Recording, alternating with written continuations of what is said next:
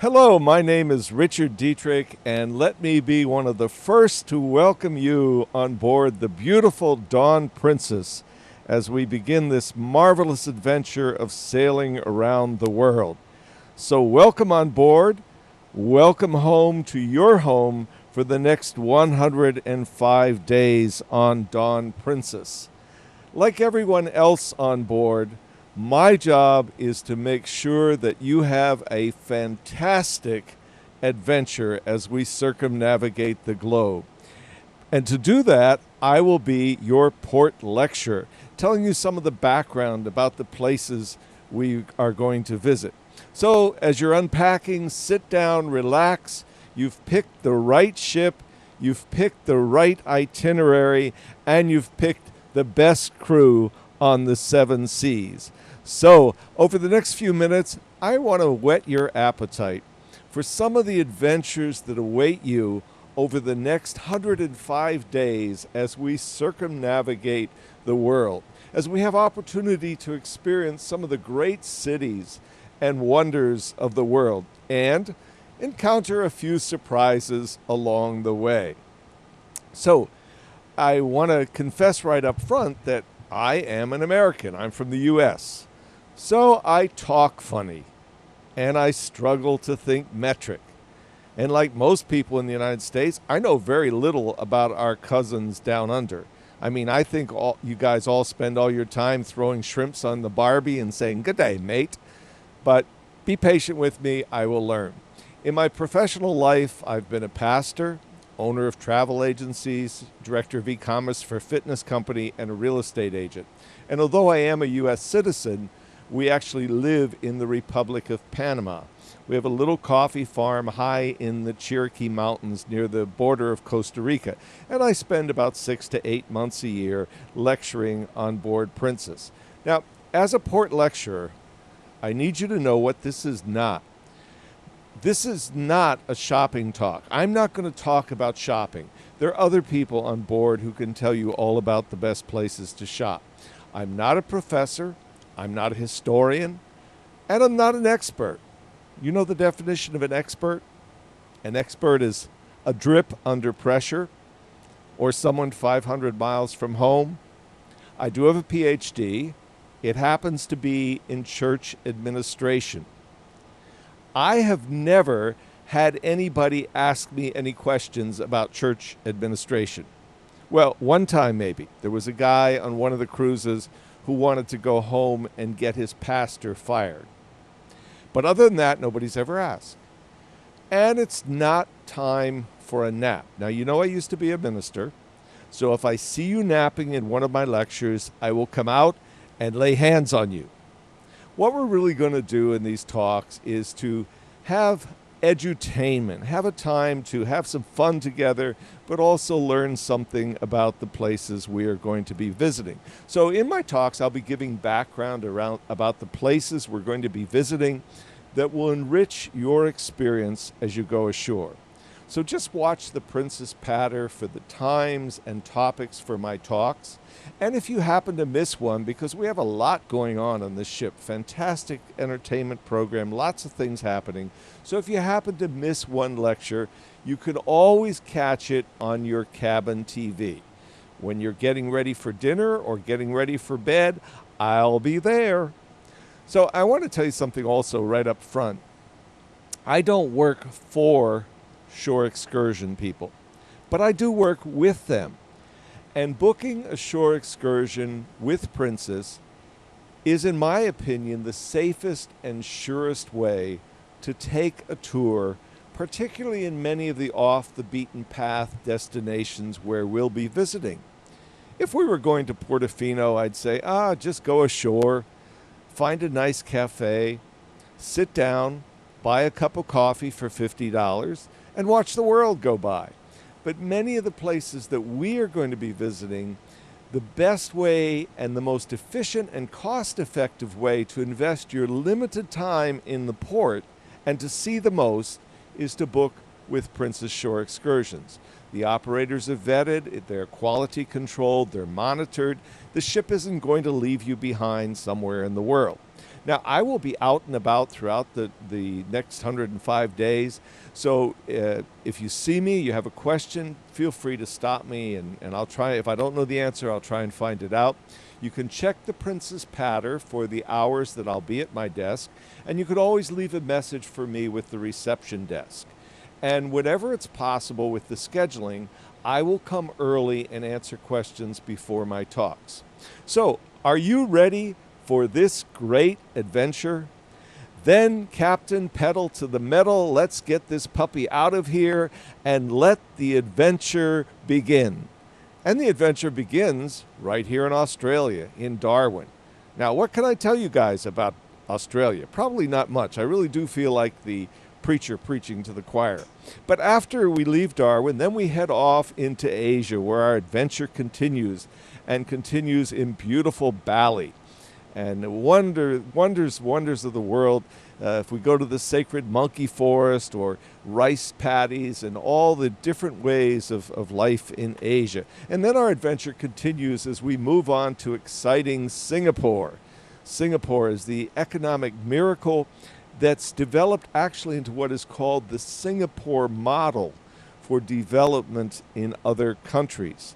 And then we move on to Malaysia, another vibrant economy that's moved in 20 years from being an agriculture-based economy to one based on manufacturing and industry, until recently the home for some of the tallest structures in the world. And then our adventure continues as we move on to India, to Cochin and Mumbai. And this is the opportunity for many of you to experience a dream of a lifetime, and that is to go see the Taj Mahal, one of the great wonders of the world, something that you absolutely should not miss while we are here in India. And then we go on to Mumbai, made popular and very famous by the great movie. And you know, I really don't know whether Jamal Malik, I don't know how he got the 20 million rupees on Slumdog Millionaire, but I do know whoever came up with this movie and whoever wrote it really was a genius, number C. So we go to Mumbai, and, you know, we like the movie. Yes, there are still very serious deprived areas and slums in Mumbai, but it's also the home of Bollywood, and home of some great cultural and beautiful places, and we'll have an exciting time as we visit Mumbai. Now, there are a few things that maybe your travel agent didn't tell you about this trip. And most of us are used to sitting in the reading room or relaxing in this position, and we usually don't do it in this way, but we're entering the land of the squat toilet. Much of the world uses a squat toilet, basically a hole in the floor. And so I'll give you actually a helpful how-to. If you encounter one of these things and you got to go, I'll show you how to do it without slipping and falling in. So right here on our stage, watch for that. Now, the adventure continues as we head into the Mideast and as we go to some of these exciting places like Oman. Now, you know, Oman really, if you look at a map, it sits right on the Strait of Hormuz. It's the narrowest point, a kind of choke point. And it's a very strategically important area of the world because 40% of the world's seaborne oil shipments are moving through the Strait of Hormuz. So we're going to go to Oman, and then after we leave Oman, we move on to what I call Dubai Wonder World. You want to go skiing? You can do it in the middle of the desert in Dubai. Dubai has almost everything, and including, just opened last year, the tallest structure in the world. 206 floors, 160 of which are inhabitable. And I'll tell you how you can get up to the 124th floor, where they have a nice observation place where you can look out over the world. 828 meters tall, $1.6 billion US, almost twice the height of the Empire State Building. And then after we leave Dubai, the adventure really heats up as we go to Egypt. And we have a special guest Egyptologist coming on board who's going to help us understand all the marvelous treasures in the history of Egypt. And many of you are going to take the opportunity to get off the ship and go out and see some of the marvelous treasures and wonders of the world that you can see in Egypt. For those of you remaining on board, I'll be doing a special lecture about Ferdinand de Lesseps and the Great Canals. You know, de Lesseps was the one who built the Suez Canal, and riding high on that reputation and adventure, he was also involved in some of the initial ideas for the Corinth Canal, which many of you will have opportunity to visit if you wish when we go to Athens. And then, of course, when we go through the Panama Canal, de Lesseps was a key figure in the early French attempt to dig through the Panama Canal, dig through the Isthmus of Panama, and join the oceans. Then our adventure continues as we actually go through the Suez Canal, as we sail through this marvelous engineering achievement which actually links the Mediterranean and the Gulf of Suez across the desert. Then our adventure continues as we move on to the Mediterranean and Europe, visiting some of the great cities in the Mediterranean, visiting Istanbul, where East really does meet West. This city where part of it you can be in Asia and part of it you can be in Europe, and you're in the same city. And Istanbul is really, and Turkey as a whole, is a fascinating place because you get this great juxtaposition of the traditional and the new and the modern. And somehow they meet and they meet in harmony in beautiful Istanbul. It's a magical city, especially at night with the minarets and stuff. And many of these beautiful mosques, like the Blue Mosque, named because the tiles in the interior have this magical, deep, incredible blue color. And this mosque actually holds 10,000 people.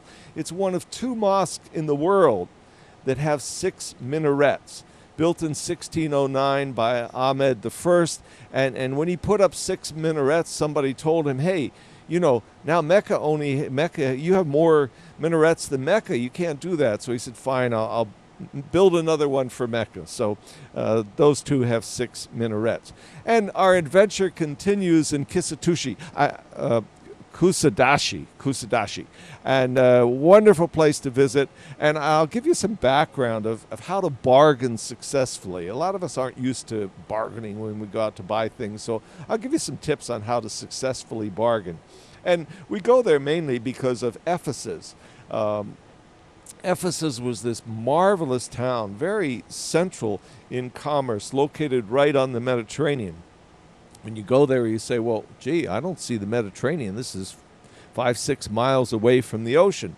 Well, what's happened is over the centuries, the inlet here filled in with a lot of mud, and now it's all just farmland. But in its day, Ephesus was one of the great centers of the world. Peter, Paul, and Mary played here. Well, they came here. Peter was here, Paul was here, Mary was here, John came here. You can go see the home where Mary, Jesus' mother, retired after when she came down here with the Apostle John. So it's a fascinating place. And when you go to Ephesus, these ruins are just marvelously preserved, and you almost feel like you are actually walking back in history, and you almost expect to see the people of that day come walking across the fields. After we leave Ephesus, we go and do a sail-by in Anzac Cove. And we will cruise by and have a solemn ceremony of remembrance to honor those who fought and died here at Anzac Cove.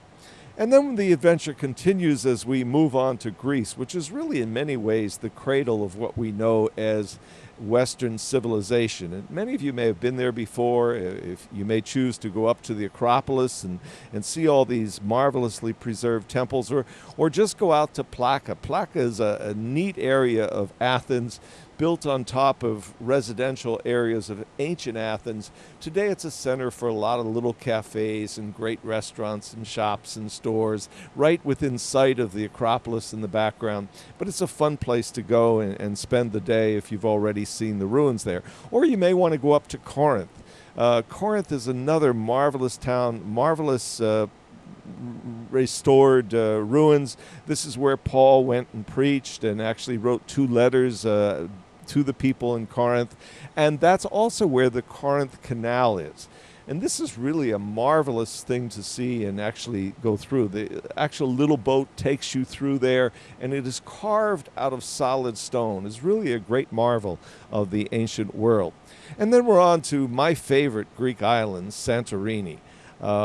There's no place like Santorini. It's just an incredible place as we sail into what was once a caldera of this ancient volcano. Now we sail right into the caldera, and you either climb up the hill or go up on donkeys, or you ride up the elevator to get up there. But it's just a fabulous place to visit. Very beautiful, incredible. And then our adventure continues as we move on to Dubrovnik. Dubrovnik is really a neat city. The old city is surrounded by these ancient walls, and you can actually walk around on the walls and look down at the city. And as an example of a medieval city that's beautifully preserved, it's just a wonderful, wonderful place to go and visit. And then the adventure continues as we move on to Italy, which is really exciting because, as you know, we have a lot of Italian crew on board Dawn Princess. And so we're going to the three really big, exciting cities in Italy: Venice, Rome, and Florence. And what can you say about Venice? To me, Venice is just one of the most romantic cities in the world. I mean, just to be there and soak up the ambiance is fantastic. And when you go to St. Mark's Square, and I need to tell you something, when we get to some of these places in the Mediterranean, we are here at the height of the tourist season.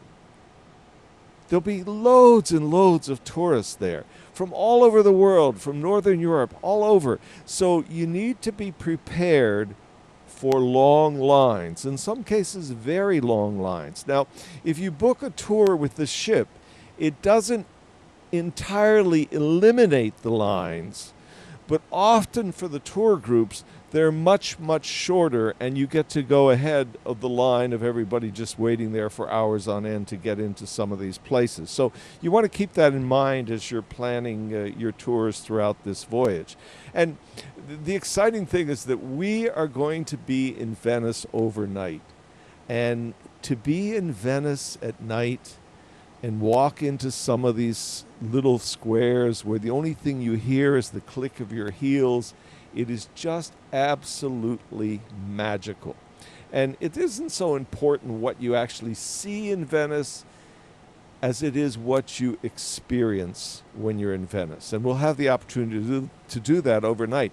And then when we sail away, it's all hands on deck, because sailing in and out of Venice, it's the most marvelous sail away in the world. As a ship goes by and you're looking down on St. Mark's Square and all the people gathered there, it is absolutely breathtaking and something that you do not want to miss. And then we're on to Rome.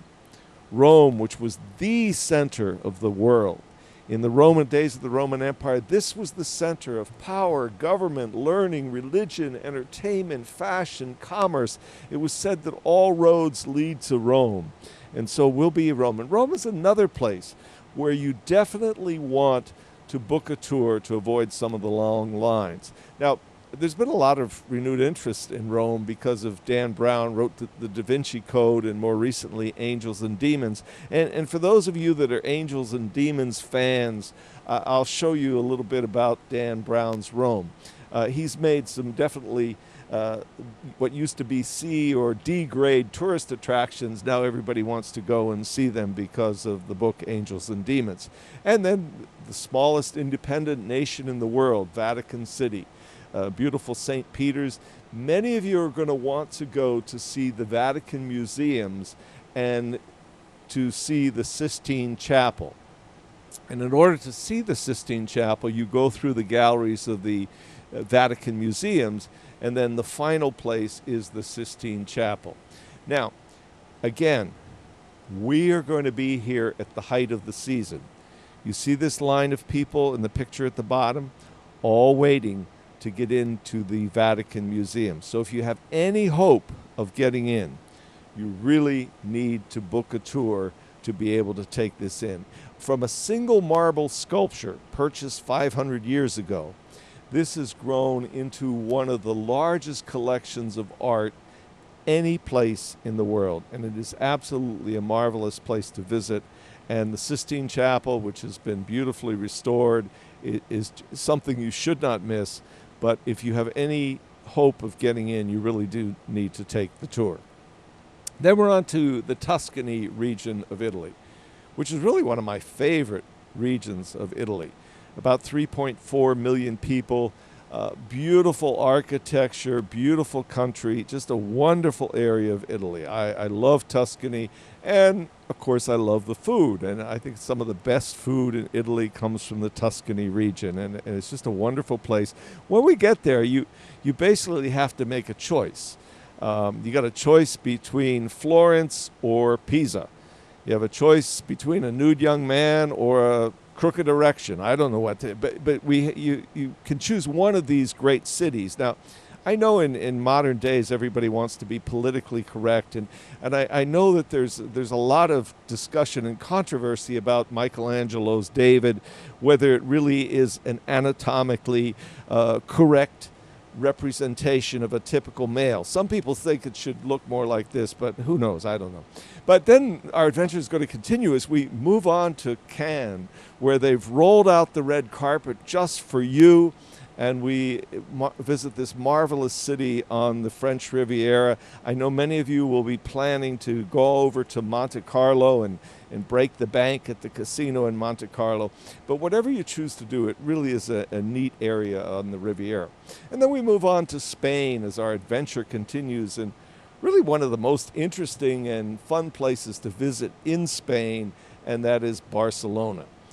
If you just like to wander or sit at a cafe and soak up the ambiance, this is the place to do it. There are just some marvelous streets and marvelous things going on in Barcelona. I love Barcelona, and you should not, if you haven't been there before, you should not go to Barcelona without going out to see this marvelous church, which was designed by Antoni Gaudi.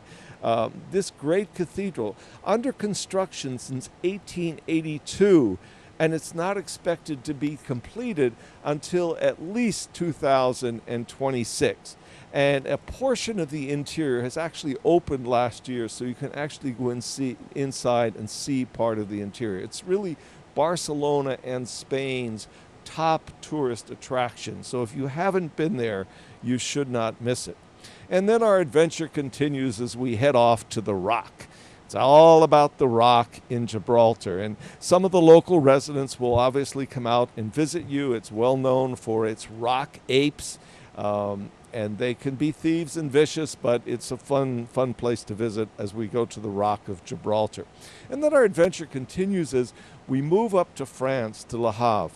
And for many of you, will just want to stay there and soak up the ambiance. Others of you are going to go to one of the most marvelous cities anywhere in the world, one of the most romantic cities, and that is Paris. Just wonderful place. And then our adventure continues as we move on to merry old England, and we come into Southampton and dock there.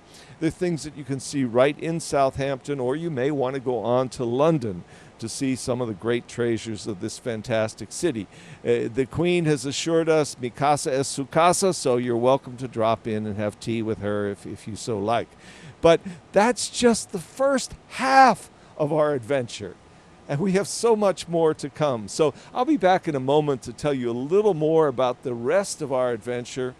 We have 105 glorious days on Dawn Princess, 40 amazing ports. So stay tuned as the adventure begins.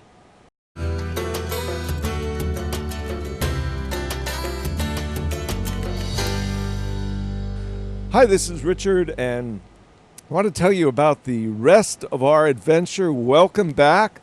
We have 105 glorious days ahead of us on Dawn Princess, 40 amazing ports. So let's take a look at the second half of our voyage around the world. We're going to be leaving merry old England, and we're going to be continuing our adventure as we head up to Ireland. And we're visiting Dublin, that marvelous city in Ireland. Just a fantastic city to wander around in and soak up the ambiance. And also be sure and have a pint or two of Guinness. You may want to go out to Trinity College, where you can see the Book of Kells, or up to Dublin Castle. A lot to see and do in Dublin. And then we head out across the pond, going over to America. As the Brits would say, visiting the colonies. And we're headed across. And, you know, for me, one of the most marvelous things about a cruise is the days at sea. And so we have all these days at sea to sit back and enjoy the marvelous entertainment on board Dawn Princess. And then our adventure continues as we hit the United States of America, represented by the Statue of Liberty, which we're going to see when we get to New York. And inscribed on the bottom of the Statue of Liberty are these immortal words: "Give me your tired, your poor, your huddled masses yearning to breathe free. I lift my lamp beside the golden door." And that's the welcome that the Statue of Liberty has given to many people from all over the world as they came to the United States for years. But things have changed.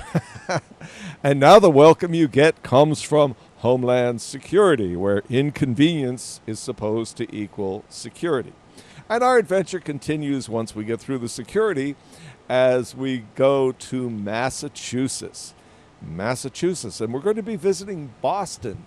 Massachusetts is very significant because in 1620, the Pilgrims came over from England. They came from England via Holland to what was New England, and they settled the second settlement on the mainland, second only to Jamestown. Jamestown, Virginia in 1607 was the first. 1620, the Pilgrims landed at Plymouth Rock. And if you want, you can actually go out and see that. And Boston is also the home of Paul Revere. Paul Revere was a famous silversmith in Boston whose famous ride, called the Midnight Ride of Paul Revere, warned of the approaching British troops. And in 1776, he rode from Boston to Lexington to warn John Hancock and Samuel Adams that the British were marching from Boston to Lexington. And he shouted, "The British are coming, the British are coming." Now, if he were doing that ride today, he might be shouting, "The Aussies are coming, the Aussies are coming." Who knows? But one of the places you can visit in Boston is Bunker Hill, and this was where really was one of the first battles of the American Revolution, where even although the colonial troops lost the battle, they demonstrated that they were able to stand up against the British troops in a pitched battle. And one of the great things about Boston, I lived in Boston as a kid for 5 years, and the food there is wonderful. If you like seafood, guys, you have come to seafood heaven. Maine lobster, clam bakes, fried clams, steamed clams. It's a heaven for anybody who likes seafood. And then after we leave Boston, we move down around the coast, and we come to Newport, Rhode Island. Rhode Island's just this tiny, tiny little state. And Newport was this little town where at the end of the 1900s, the really wealthy people in New York City decided that in the summer they needed to escape the heat and complexities of city life. And so they went out to Newport, Rhode Island, and they built themselves what they called summer cottages. So this is one of the summer cottages that the wealthy people built in Newport, Rhode Island. And so during the summer, it really became the center of social life. And you can visit many of those old mansions. And even today, it's kind of the center of social life in the New York region during the summer. This is the inside, the ballroom of one of these little summer cottages that they built. But it's a fascinating place to be. And then the adventure continues as we go to the Big Apple, New York City. And what a place it is. The first cruise passenger who came here was actually Giovanni da Verrazzano.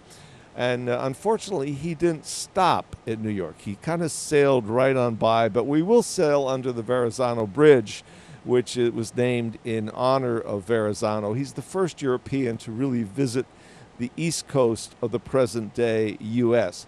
But the guy who actually sailed up the Hudson River was Henry Hudson, and he's the one who actually, quote, discovered New York.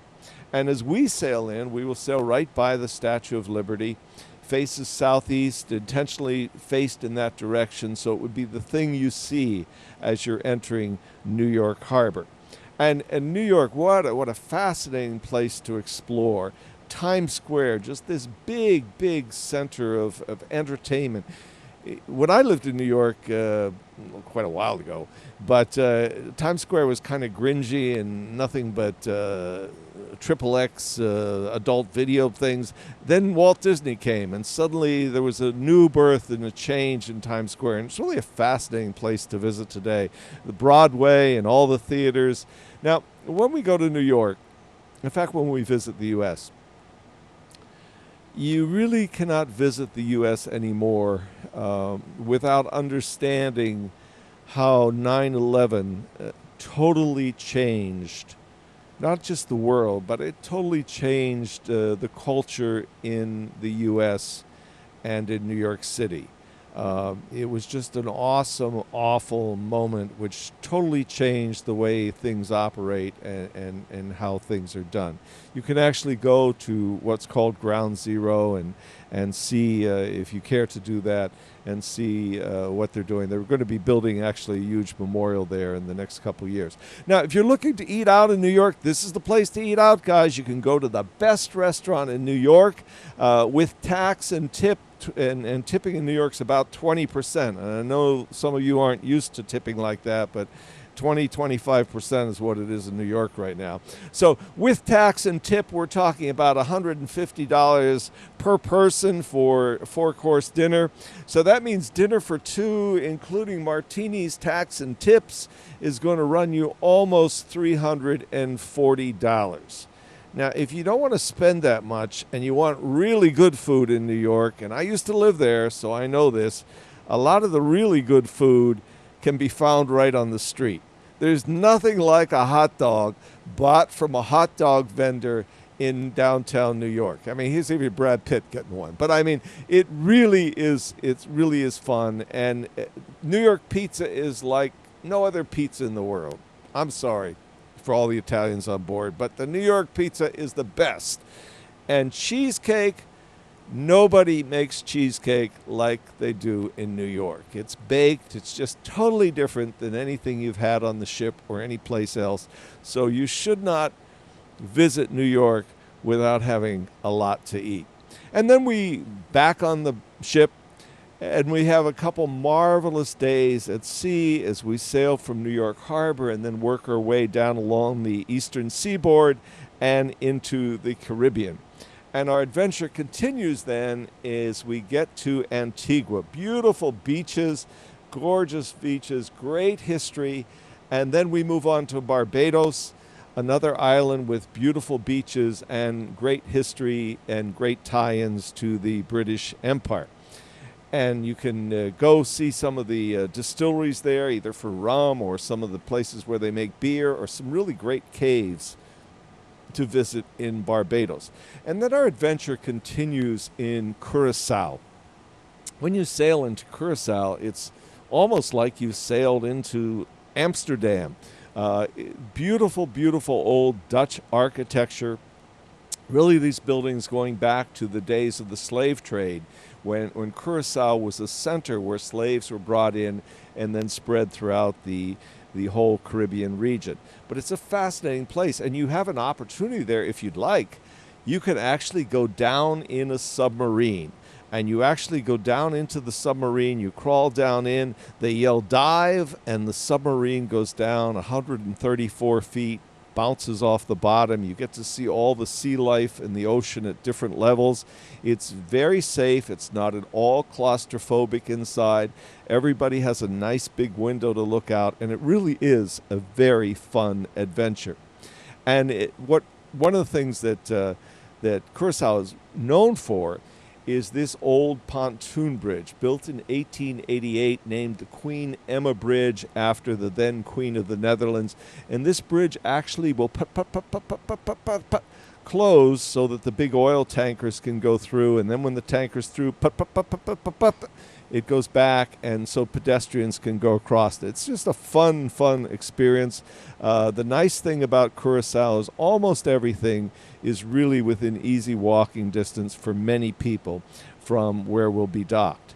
And then our adventure continues in the Panama Canal.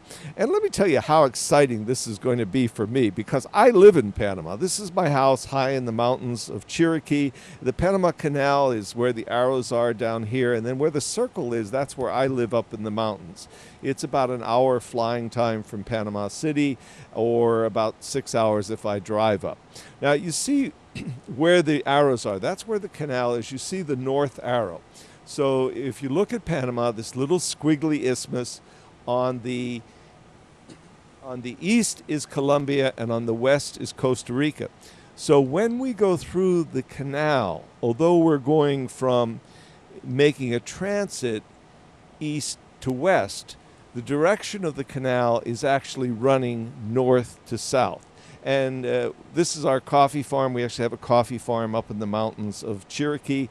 But for me to be able to take you through the Panama Canal is just an exciting thing. I've done this a whole lot of times on ships, and I love taking people through the canal. It's exciting. If we have the opportunity to be next to another huge cruise ship, it's really exciting going through the canal, and you definitely want to be out on deck. There is no one perfect place. People always say, well, where's the best place? There is no one best place. The best place is to move around the ship and see it from all the different directions. I'll be up on the bridge. I'll be giving you commentary, telling you what's going on, how the pilots are positioning the ship, and it really is an interesting thing. I mean, it is so tight. We squeak through. And if you guys have been enjoying a lot of buffets and a lot of extra food, we may have to pour a little olive oil on the side to ease our way through, because it is a very tight squeeze. And so I hope when we get there, you'll be up early in the morning as we approach the canal. I'll be out and about and anxious to answer any questions that you may have. Then our adventure continues as we move up to Mexico, as we go up to what is called the Mexican Riviera. And the term Mexican Riviera actually refers to about 20 different cities on the western coast, on the Pacific coast of Mexico. We are actually visiting two of the most beautiful, Manzanillo and Acapulco. And Acapulco Harbor has to be one of the most beautiful harbors in the world.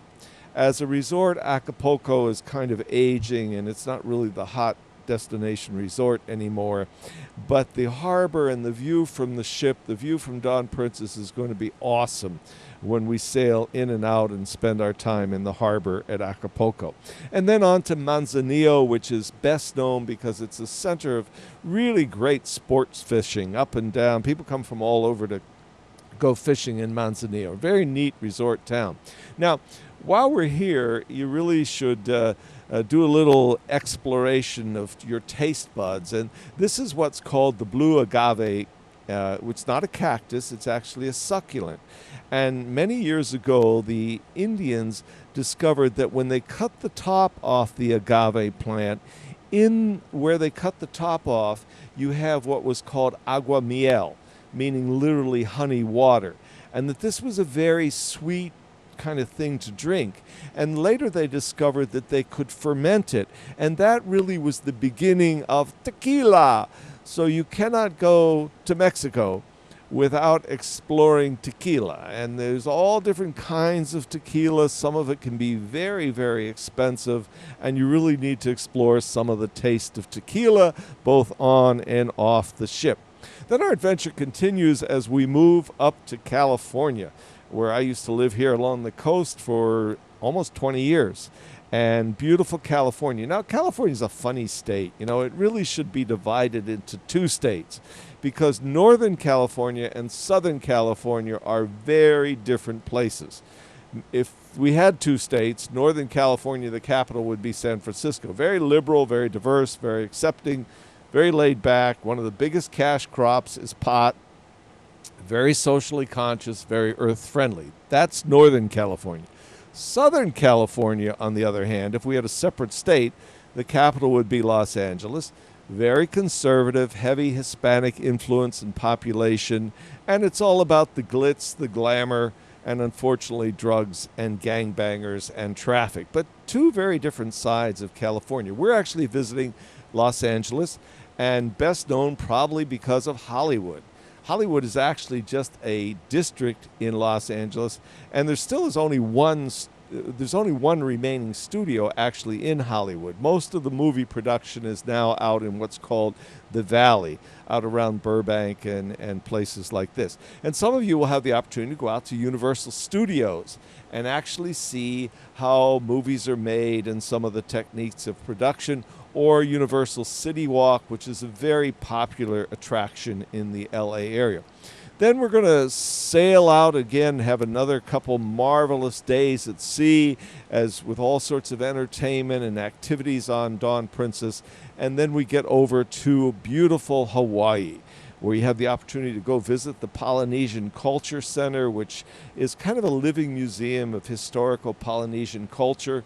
Visit Pearl Harbor. This was actually photo taken by the Japanese Navy as they began the attack on Pearl Harbor in 1941. And you could go to the Arizona Memorial. This is actually over the battleship Arizona that was sunk, or to go to the battleship Missouri. Battleship Missouri is probably best known because it was the site of the surrender of Japan, which ended World War II. And then our adventure continues as we go off to one of the most beautiful places in the world, French Polynesia. We visit Papeete, Tahiti, and with all of its French Polynesian culture, and then on to Moorea, this wonderful, wonderful island, one of the most beautiful places in the world. You can see it's just fringed. This is shot from the satellite. You can see it's just fringed with all of these reefs around it. Just a gorgeous, gorgeous area, one of the most beautiful places in the world.